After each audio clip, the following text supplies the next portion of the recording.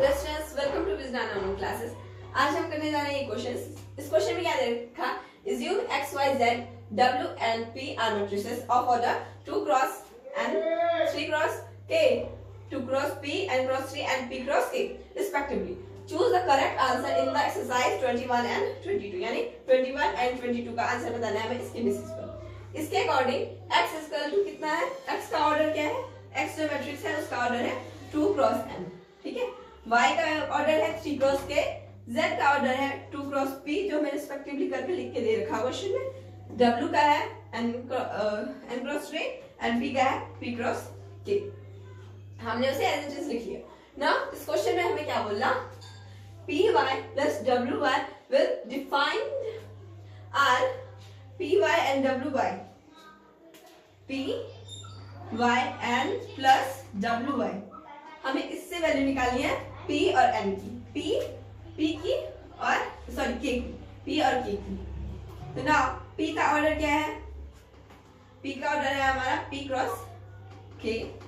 इसको मल्टीप्लाई करना है हमें y से, y का ऑर्डर क्या है, y का ऑर्डर है 3 cross k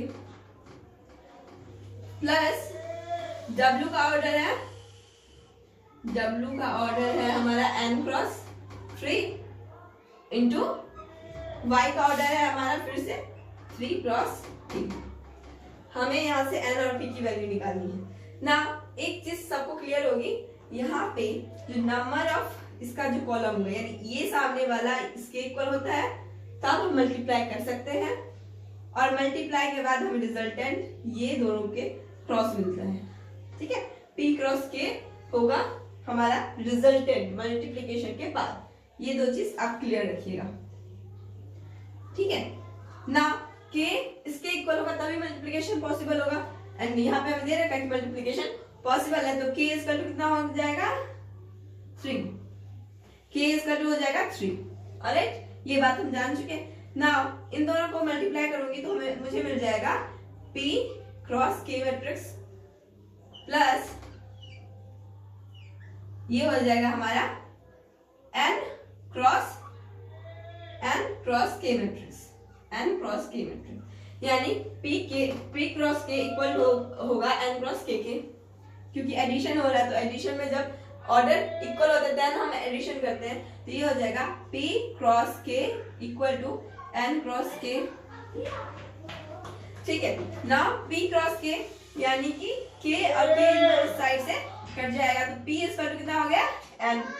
now p equal to n हो गया, p equal to n and k equal to 3। Now a is answer question number 21।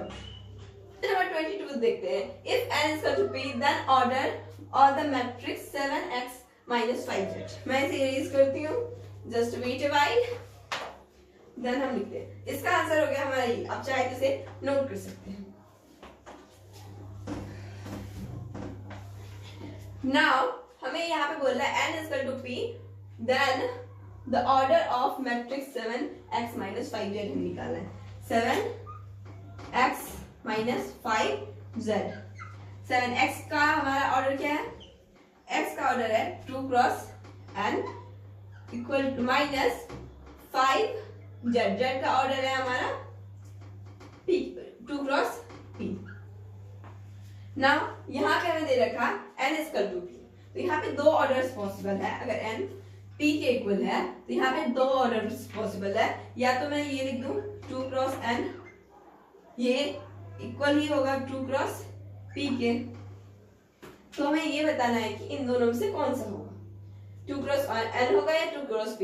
Now हम ऑप्शन के हिसाब से देखेंगे कि 2 क्रॉस n या 2 क्रॉस p में से कौन सा हमें दे रखा, दोनों दे रखा तो बोथ हो जाता, लेकिन यहाँ पे बोथ वाला कोई ऑप्शन नहीं है, तो यहाँ पे p क्रॉस 2 दे रखा। नाउ बहुत बच्चे कंफ्यूज हो जाते हैं, 2 cross p and p cross 2 different है, तो ये नहीं होगा, ये है p क्रॉस 2। हमें हमारे पास है 2 क्रॉस p। नाउ b क्या है, 2 cross n, 2 cross n, yes b is answer of this question.